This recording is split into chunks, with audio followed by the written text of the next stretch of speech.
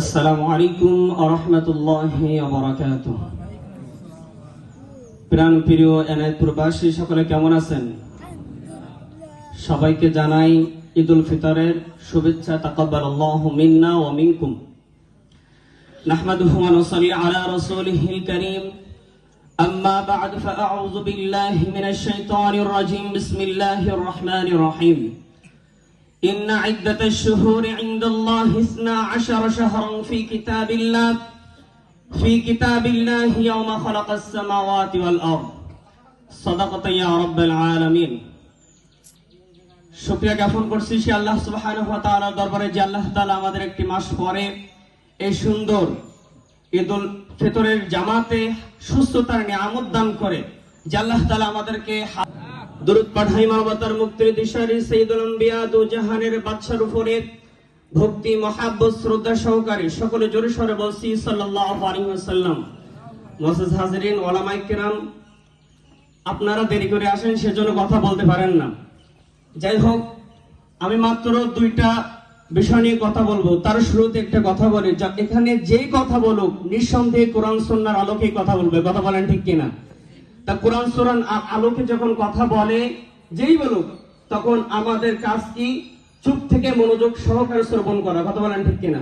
এটা কি আমার কথা নাকি আল্লাহ তাআলার বাণী? ওয়াইদা কুরিয়াল কুরআন ফাসতামিউ লাহু ওয়া আনসিতু লাআল্লাকুম তুরহামুন। যখন কোরআন থেকে কথা বলা হয়, ব্যাখ্যা বিশ্লেষণ তাফসীর আকারে যখন কথা বলা হয়, যেভাবে হোক কোরআন সুন্নাহ থেকে যদি কথা বলা হয়, মনোযোগ সহকারে চুপ থেকে সেটা শ্রবণ করতে হবে। তাহলে কি হবে? লাআল্লাকুম তুরহামুন। আল্লাহ সুবহানাহু ওয়া তাআলা আমাদের উপর তার রহমত বৃষ্টির মতো বর্ষণ করবে।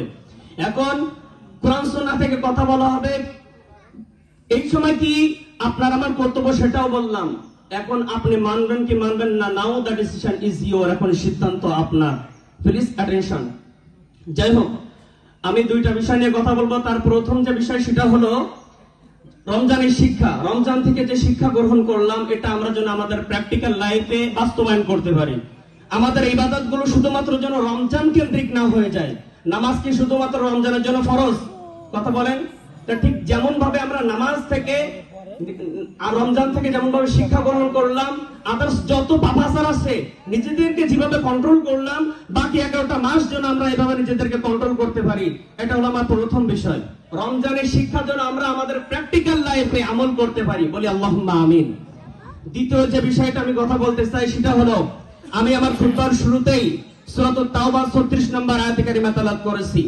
আল্লাহ সুবহানাহু ওয়া তাআলা আয়াতের ভিতরে বলেন, ইন্না ইদ্দাতাশ শুহুরি ইনদাল্লাহি 12 শাহরান ফি কিতাবিল্লাহ ইয়াওমা খালাকাস সামাওয়াতি ওয়াল আরদ। আসমান জমিনের সৃষ্টির সুলগ্ন থেকে আল্লাহ সুবহানাহু ওয়া তাআলার কাছে মাস গণনার মাস হলো 12টি। কয়টি? একটু উত্তর দিবেন প্লিজ। আল্লাহ সুবহানাহু ওয়া তাআলার কাছে আসমান জমিনের সৃষ্টির সুলগ্ন থেকে মাস গণনার মাস 12টি। কয়টি? তার ভিতরে রমজান মাস কেন এত শ্রেষ্ঠ? রমজান মাস এজন্য শ্রেষ্ঠ, এই মাসে আল্লাহ সুবহানাহু ওয়া তাআলা কোরআনুল কারীম নাযিল করেছেন। বলি সুবহানাল্লাহ। কোরআনের কারণে আল্লাহ তাআলা এই মাসে সম্মান এত বৃদ্ধি করেছেন। 365 দিনের ভিতরে লাইলাতুল কদরের মর্যাদা এত বেশি, তার কারণ এই রাত্রে আল্লাহ সুবহানাহু ওয়া তাআলা কোরআনুল কারীম নাযিল করেছেন। বলি সুবহানাল্লাহ। সমস্ত নবী রাসূলদের মাধ্যমে, সমস্ত নবী রাসূলদের ভিতরে বিশ্বনবী সাল্লাল্লাহু আলাইহি ওয়াসাল্লামের শ্রেষ্ঠ মর্তবা এত বেশি, কারণ বিশ্বনবী সাল্লাল্লাহু আলাইহি ওয়াসাল্লামের উপর কোরআন নাযিল হয়েছে। কথা বলেন ঠিক কিনা? আপনার আমার পেয়ারা কোরআনের পাখি মরহুম আল্লামা দিলওয়ার হোসেন সাঈদী রাহিমাহুল্লাহ, তার মর্তবা, তাকে সম্মান করেন এত বেশি, তার কারণে এই কোরআন। কথা বলেন ঠিক কিনা? ডক্টর মিজানুর রহমান আজহারীকে আপনারা এত সম্মান দেন, তার কারণ হলো এই কোরআন। কথা বলেন ঠিক কিনা? সম্মানিত হাজিরিন, সর্বশেষ আমি এটা বলতে চাই, যদি কোরআনুল কারীমের কারণে 12টি মাসের ভিতরে রমজান মাসের এত সম্মান বেশি হয়, যদি কোরআনুল কারীমের কারণে 365 দিনের ভিতরে লাইলাতুল কদরের সম্মান এত বেশি হয়, যদি কোরআনুল কারীমের কারণে সমস্ত নবী রাসূলদের মাধ্যমে নবী রাসূলদের মধ্যে বিশ্বনবী সাল্লাল্লাহু আলাইহি ওয়াসাল্লামের সম্মান এত বেশি হয়, যদি কোরআনুল কারীমের কারণে কোরআনের ফাকির সম্মান এত বেশি হয়, যদি কোরআনুল কারীমের কারণে যদি আল্লাহ সুবহানাহু ওয়া তাআলা ডক্টর মিজানুর রহমান আজহারীর সম্মান এত বেশি দেন, বিলিভ মি, বিশ্বাস করেন, এই কোরআন যদি আপনার আমার ব্যক্তি জীবন থেকে শুরু করে রাষ্ট্রীয় জীবন পর্যন্ত এই কোরআন থাকে, আল্লাহি আল্লাহর কসম, আল্লাহি আল্লাহর কসম, শুধুমাত্র আপনি আমি নাই, গোটা বাংলাদেশটাই সোনার বাংলাদেশে পরিণত হবে ইনশাআল্লাহ।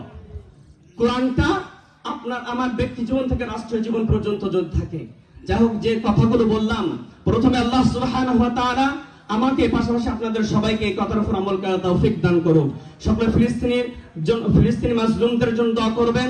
ভারত সহ প্রত্যেক মাজলুম জনপদকে জন্য আল্লাহ তাআলা হেফাজত করেন, দোয়া করবেন।